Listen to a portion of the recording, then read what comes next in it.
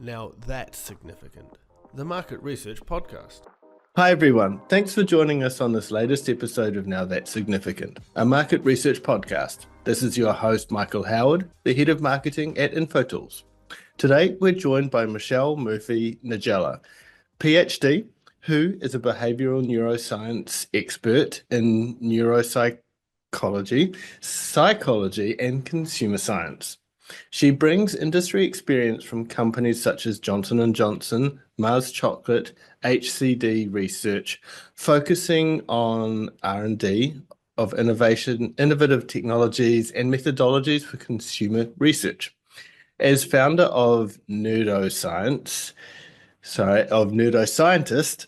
Michelle focuses on integrating applied consumer neuroscience tools with behavioral science and traditional methods used to measure consumer response and helping organizations successfully implement cognitive science tools and programs into their products and research. Welcome to the show, Michelle. Hi, thanks, Michael. Thanks for having me. You're welcome. So, Michelle, what's the most significant thing you're going to share with us today? Yeah, so I guess the most important thing I like to stand out with is my perspective that can be a little bit contrary to for someone in my field, which is that I often like to point out the problems and limitations of applying neuroscience to business. So it might sound unusual because, of course, I should be selling my benefits of doing this type of research, but my priority is actually ensuring that anyone interested in consumer neuroscience understands both the potential that it has as well as the pitfalls, because there's a lot of snake oil out there in consumer neuroscience with people making really bold claims about what neuroscience can deliver. But it's been my mission to help educate teams and navigate this complicated landscape of using, brain research to get teams to really ask the right questions and apply these tools in ways that are thoughtful and meaningful. And I guess most importantly, get actionable results, because I think a lot of times people get disappointed. So for me, this approach is really about building trust with the clients that I work with and having long-term impact rather than chasing flashy, buzzworthy, but ultimately unsustainable results, right? What are some of those flashy puff things that people sort of say about neuroscience? Some of the I think the bold claims, if you were. the biggest one that really kind of gets my goat is the one where people say that 90% or sometimes you're 95% of all decision making is non-conscious. And it's a pretty bold claim for a few reasons. One is that it's making the first assumption that our brain is entirely non-conscious, which, I guess maybe you could argue that most of it is involved with just keeping us alive. But the fact is that all our decisions and ultimate behaviors that we make, we do consciously. It's not that we're running completely unaware, right? But I think the boldest thing about it is that we don't actually have a way to even identify what is non-conscious and what is conscious. So to make the claim that there are 90 or 95% of our decision making is non-conscious is already false. And the second part of it is that a lot of companies actually use this phrase to sell their wares, often attributing it to Kahneman when in fact it's not Kahneman's quote. It actually comes from Zaltman. And he was just making an assumption to make a point in his book. So it wasn't in the systems thinking stuff. So I think it's just, one of those things that really stands out to me, because it also then has people believing that there's going to be a magic tool that's going to read people's minds. And that's sort of the second big, bold claim that I think that people misunderstand about consumer neuroscience is they think that we can actually just use a tool to quickly and easily read minds. And honestly, the human brain is just a lot more complicated than that. It's not easy to do, and we certainly can't read minds. No, I mean, some of us have problems with what expressing ourselves and what our own minds are thinking. So for someone else to claim they can. Right. And actually there's a word for it, or a term rather. It's called the emotion paradox. And that's that we believe that because we experience emotions and however good we are at it, identifying our own emotions, we know what anger is, and we know what fear is, and we know what love is. We know what these things feel like. But the emotion paradox is that we know these things, but science has no way of knowing. So science hasn't even come up with a good way to even define or identify when an emotion has happened. So the paradox is that because we know what the experience is like, we believe science should know too, when in fact it doesn't. And there's a lot of controversial research out there where things don't necessarily agree with one another. Mm. Yeah, it'll be interesting to see when that actually does happen, and what would it look like when it does. Yeah, I mean, the science is evolving all the time. We've got Mm. great technologies that are coming out. But the thing is that the human brain really is a lot more complicated than we give it credit for. I mean, we've got 3 pounds of flesh up here that's just it's got 100 billion neurons and 100 trillion connections. There's a lot going on in a very compact space. And so it's not simple, and it's not going to be simple. And I think we just have to appreciate the complexity of it. Mm. So that's a nice little intro to our discussion. I guess, can you tell us a little bit about your background, your path to becoming a neuroscientist? Yeah, it's a term that kind of throws together the ideas that I am just nerdy by nature, right? And that, it kind of plays off the word neuroscience. And so I just personally am just very fascinated with the ways that the brain works. And, very early on in my education, just really being interested in books that were about how the brain functions and about how we make decisions and all these sort of things. And so when I started out in grad school, I was actually doing a double PhD as my focus, which isn't really a focus, right, if you're doing a double PhD. But I was interested in clinical psychology and thinking about, how you can help people. But I was also just really interested in the function of the brain. So I also focused on neuroscience. So a bit of the human side, a bit of the more academic bench neuroscience side. And that kind of like led me to really think about where I wanted my focus to be. And it turned out what I really wanted to do was look at that basic science side. And that did involve focusing on animal research, which it turned out that I became very allergic to the animals I was studying. Um, so after like 10 years of really focusing on animal models, I ended up having to switch to back to humans more, and really thinking about how they choose different types of food and what kind of sensory properties drive their perceptions. Did that in my postdoc. And ended up getting a position in industry, which was not my goal. I really thought I would be in academia. And when I got this role in industry, it was really about how to apply these academic insights to behavioral research that was happening with consumers. So, I noticed that there was this gap where traditional methods like surveys and focus groups often scratched the surface, but they didn't always completely get at the why behind the people's decisions, especially when it came to things like smells and tastes and colors and things of that nature. So that really led me to explore neuroscience and behavioral science and look at tools that I could use to help decode what was going on with people that they couldn't always easily express, or where I didn't want to interrupt the behaviors that they were doing. Like if they're using a product or having an experience, you don't want to interrupt that and say, what do you think now? Right.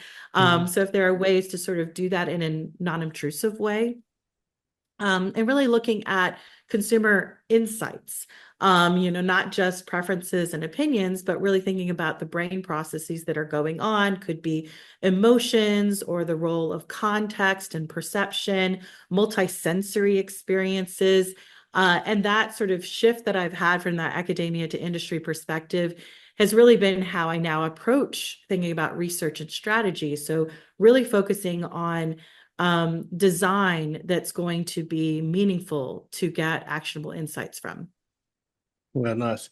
And do you think your this journey you've been on would change the way that you'd approach academia if you were to jump back in? Yeah, I think it's interesting because it's a great question because I think the first translation is really hard to go from academia to industry because a lot of times academia is very sheltered in a way, right? So the research that you do, you can control everything, right?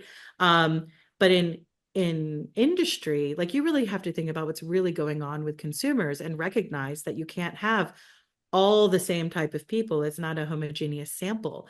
There's lots of noise going on. You can't, measure the person 50 times. You might only have one shot at it.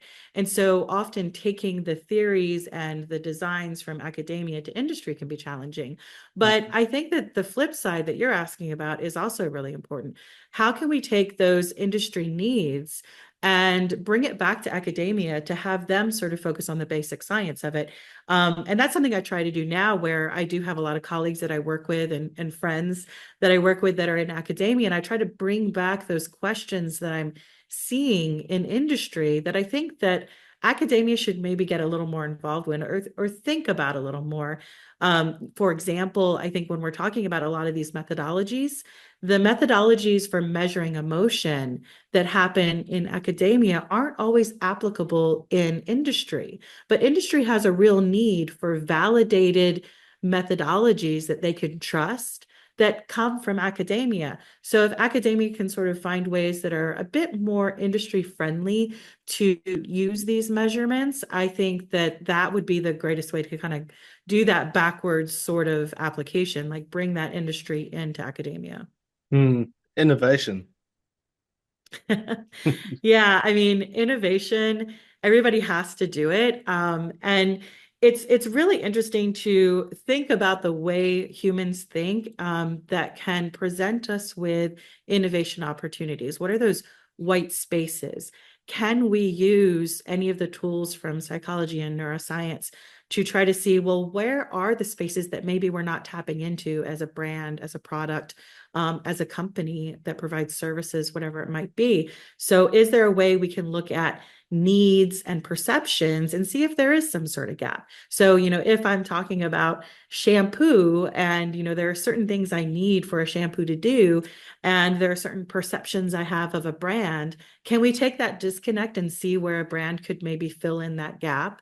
I think that can be a very psychological approach, especially if we're thinking about those perceptions that may be driven by something that, because innovation could be making an entirely new product, a completely different type of shampoo, or it could just be having a new fragrance added to it that's driving a perception, right?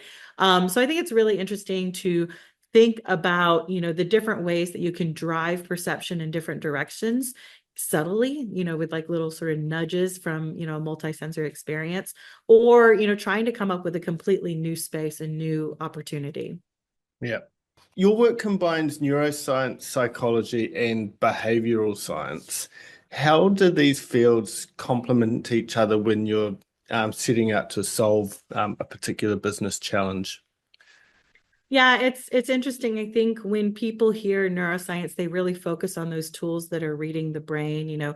What sort of gear can we put on someone's head that's going to read thoughts?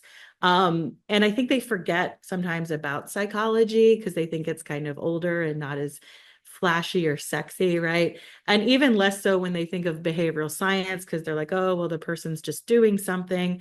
Isn't it more interesting if we can slap some tech on this, right? But I think that the combination of neuroscience and psychology and behavioral science really is like the ultimate toolkit for understanding human behavior. Neuroscience can get us at the brain processes, but it doesn't tell us everything. So if we're using EEG, for example, to look at brain waves, that might tell us if there's more activity going on, but it doesn't actually tell us even if someone likes something, right? So you can use your EEG to answer certain questions, cognitive load, maybe some emotional approach withdrawal, relaxation, these sort of ideas. But you really still need to ask the person questions, and using a psychological approach can help get at more nuanced emotions, or really just even asking if someone likes something, because the easiest way and the most reliable way of getting that is just standardly asking them. People know if they like something. But if you combine these things together and then even just watch people behave, behaviorally code how they are interacting with a brand or interacting with a product. All these things really can work together. So neuroscience can get us those brain processes, the memories, the how we make decisions. Psychology can layer in things about emotions and biases and influences. And behavioral science kind of brings it all together by looking at the patterns within all that data, and getting insights to help us predict and influence, maybe like with nudges or something like that for real world behaviors. So when we really combine these things together, we get a more comprehensive and complete view of the consumer, which I really think helps brands and designers make new products. Could be campaigns, marketing campaigns, or experiences, consumer experiences that will help people think and feel the way we would like to direct them, right? So, for example, in behavioral science, we might use decision-making frameworks like loss aversion to optimize pricing strategies, or maybe to design a new product that is reduced sugar, right? Or maybe a reduced risk, from tobacco, any of these sort of things that someone's actually losing something that they're expecting. And neuroscience can help us understand, and psychology can really help us understand the emotional impact of that new design. So, all pieced together, we get a pretty comprehensive picture. Hmm.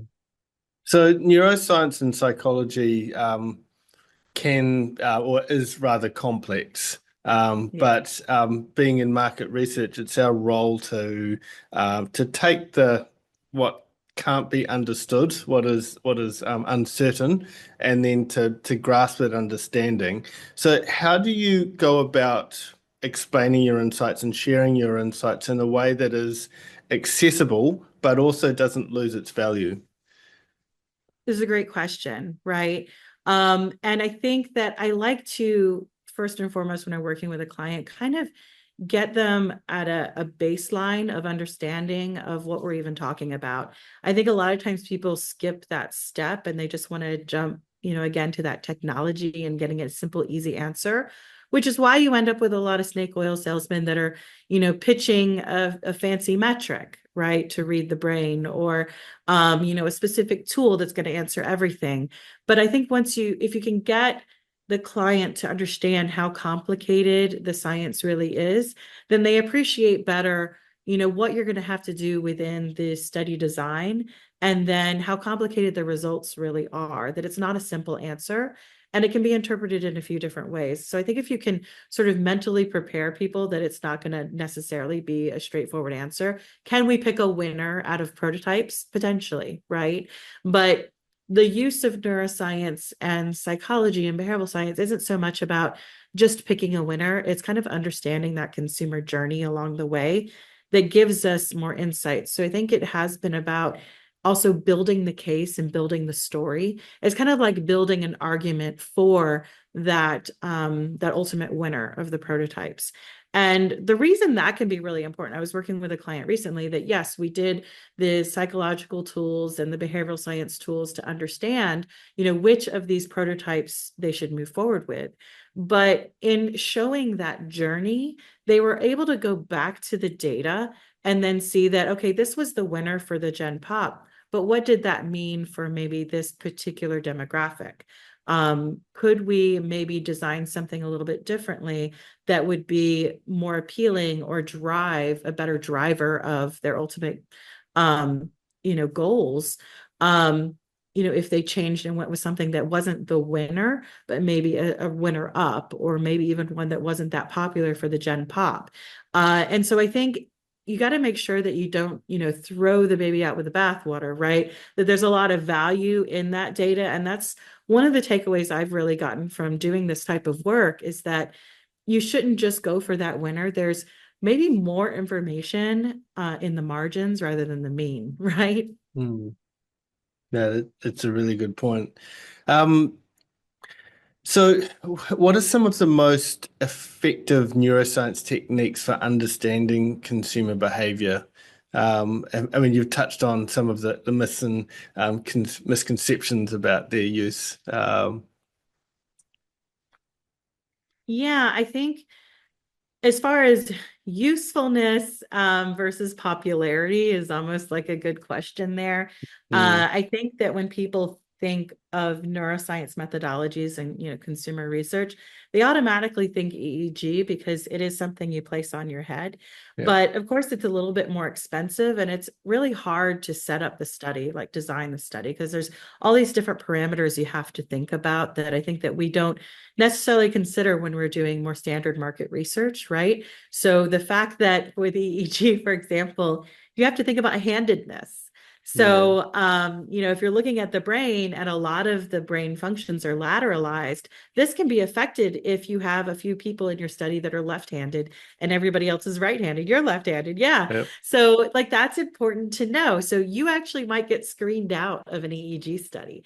And that's something that I think people don't really realize. So you end up having to really go for a homogenous demographic. So may need to be, males between the ages of 18 and 35. We can't go much older because now we're having different cognitive patterns, right? And if you look at different genders, then you could also have different cognitive patterns. And then the left and the versus the right.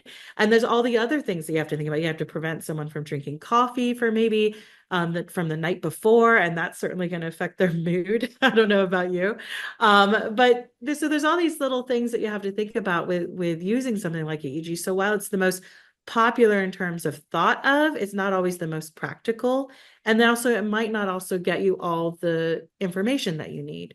Another one that's really popular is facial coding. So facial coding is popular because it is cheap. But I think things that people don't really realize about it is there's actually a lot of controversy about its utility. So facial coding, for example, is limited to the 7 basic emotions, which it may not be helpful to know about disgust, right? There's only one positive emotion amongst the 7, joy. Mm, And so you got to wonder how differentiating those 7 basic emotions are going to be when your marketing goals are not even those 7 basic emotions. So they're very basic, right? Anger, disgust, joy, sadness, fear, these sort of things aren't always the things that you're looking for, where you might be wanting to know how spiritual a shampoo is. Well, yeah.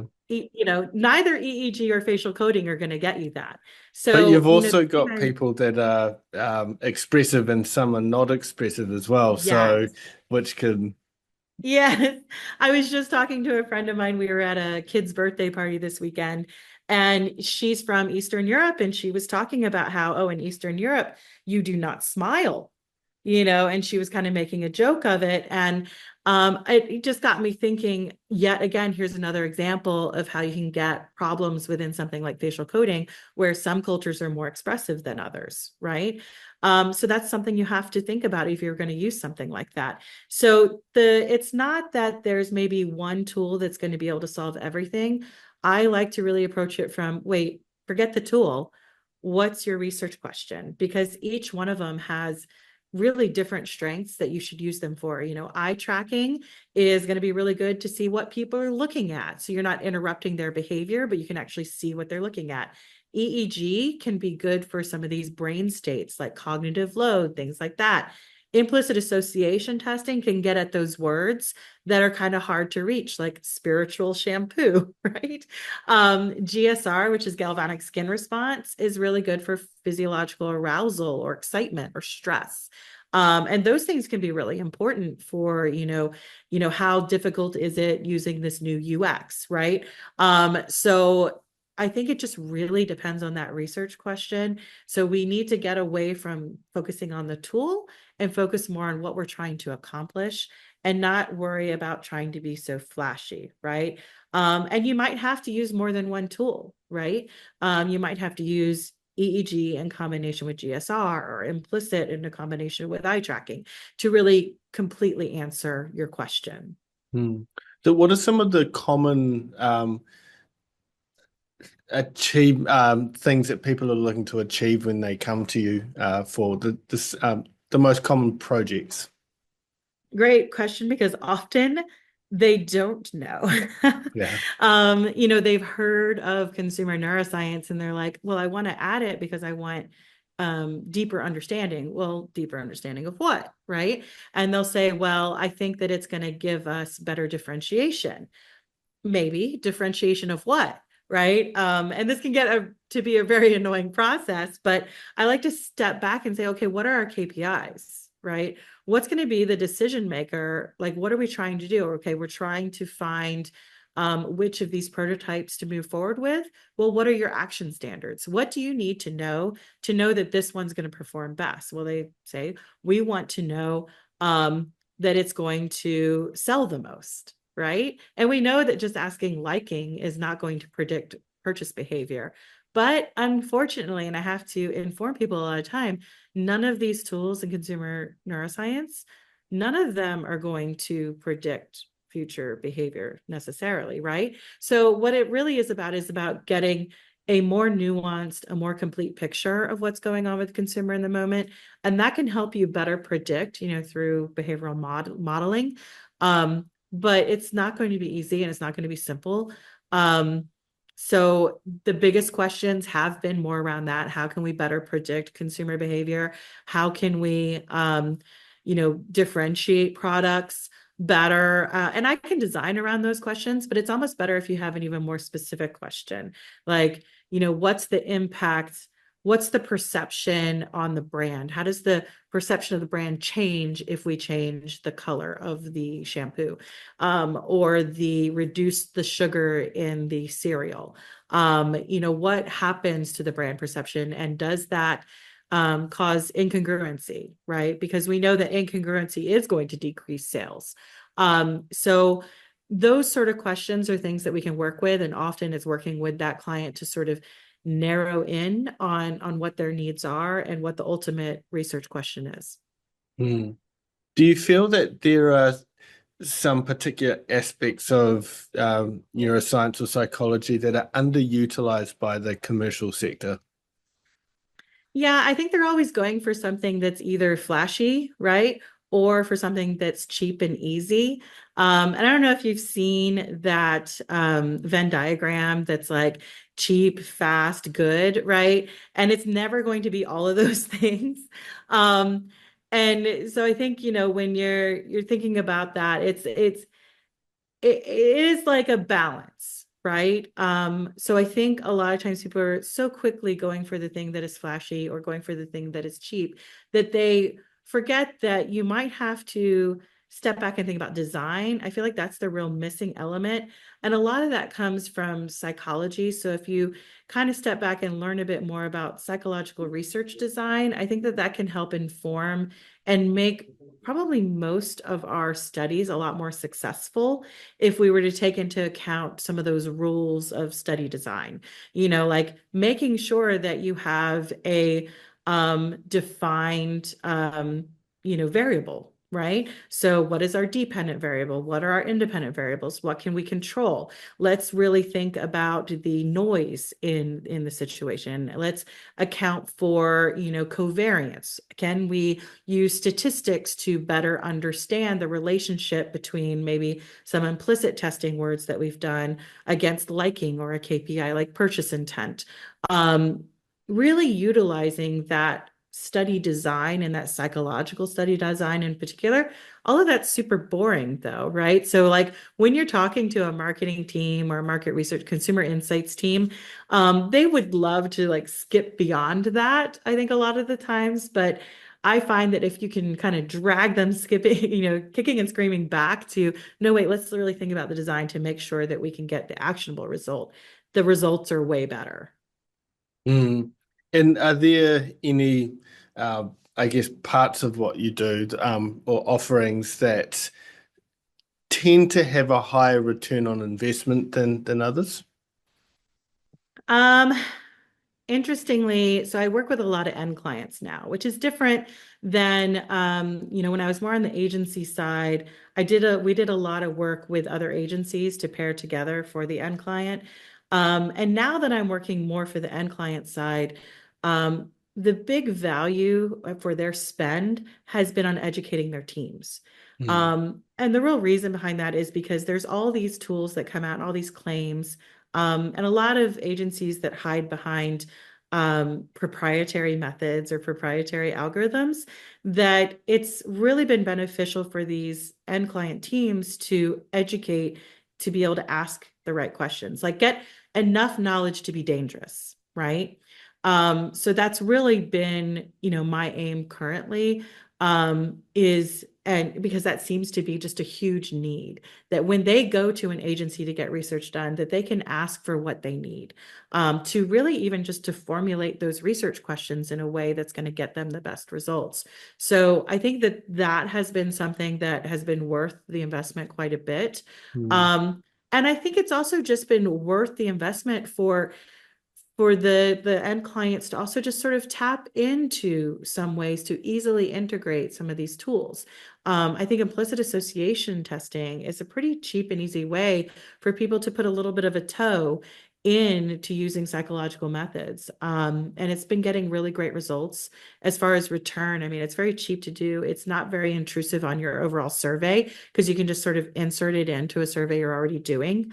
But the amount of information you can get back, especially if you can find ways to integrate the data in together to do like maybe some modeling or some driver's analysis, I think has been really invaluable for, cost to output kind of journey.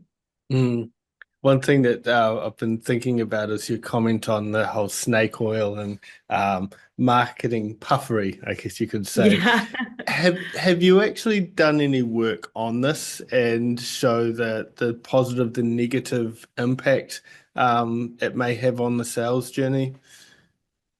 I wouldn't even have to. I mean, there's so many examples that are out there. I think a really big one, it was done in 2011. It's a really old example, but so for example, people were really big on doing EEG and using it as a metric, or actually fMRI. That's actually a better one. fMRI is super expensive to use. But in the early days of neuromarketing, people were trying to show that you could use fMRI to find areas of the brain that were lighting up, that were linked to love, right?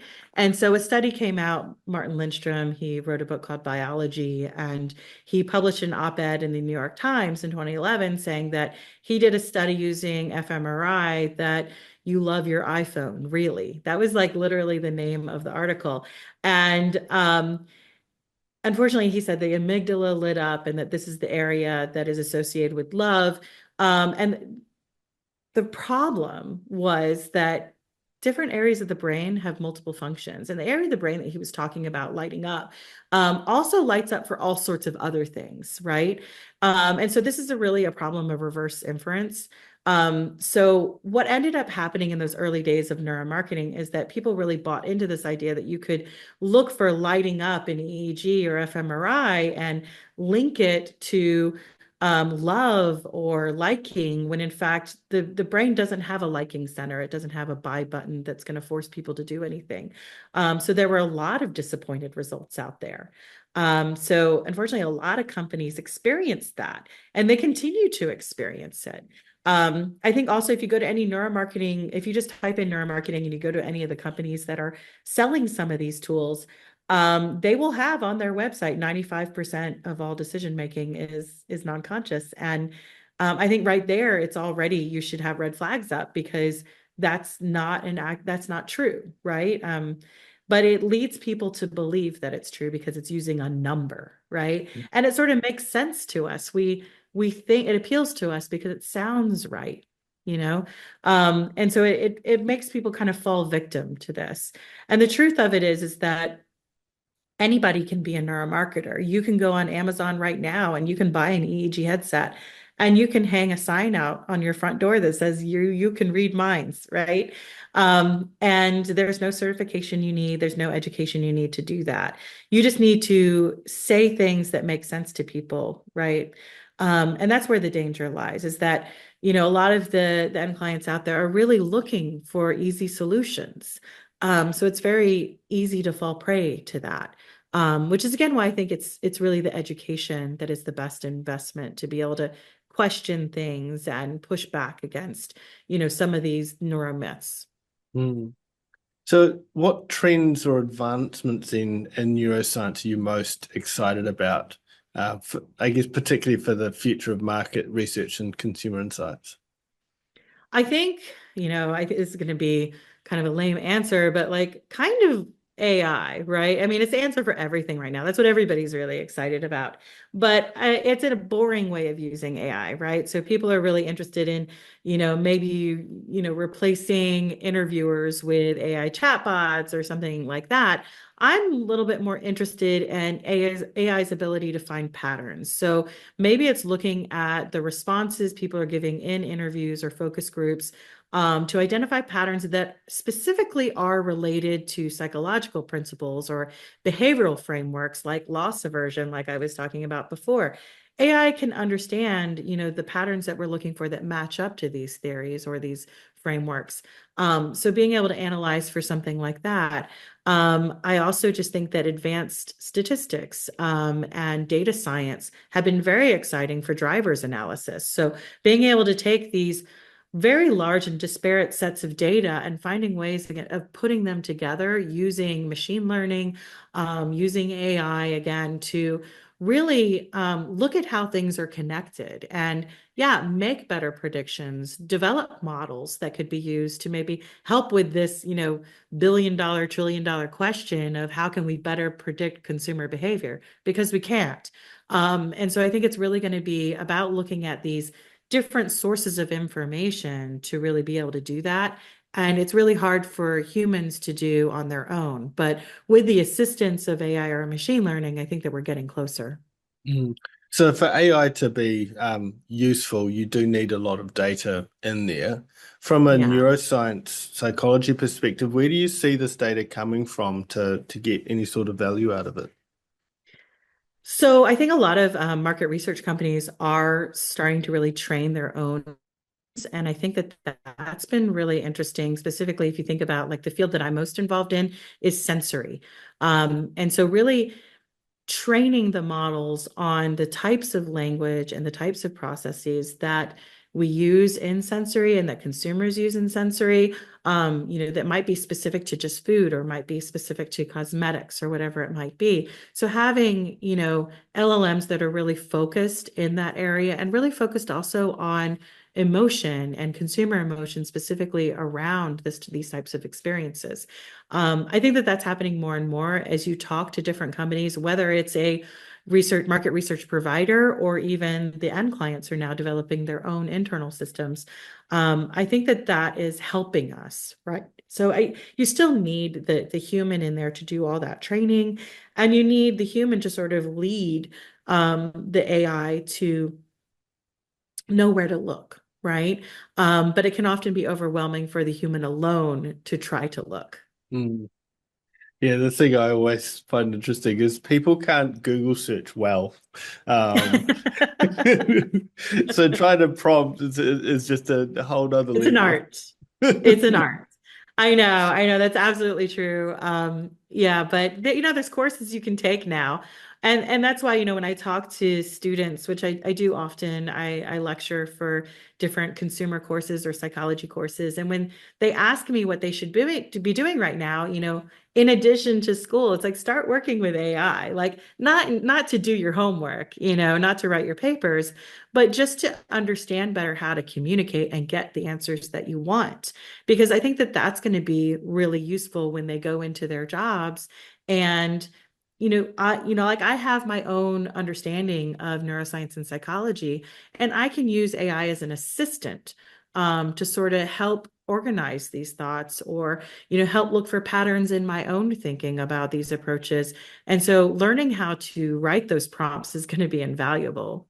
Mm.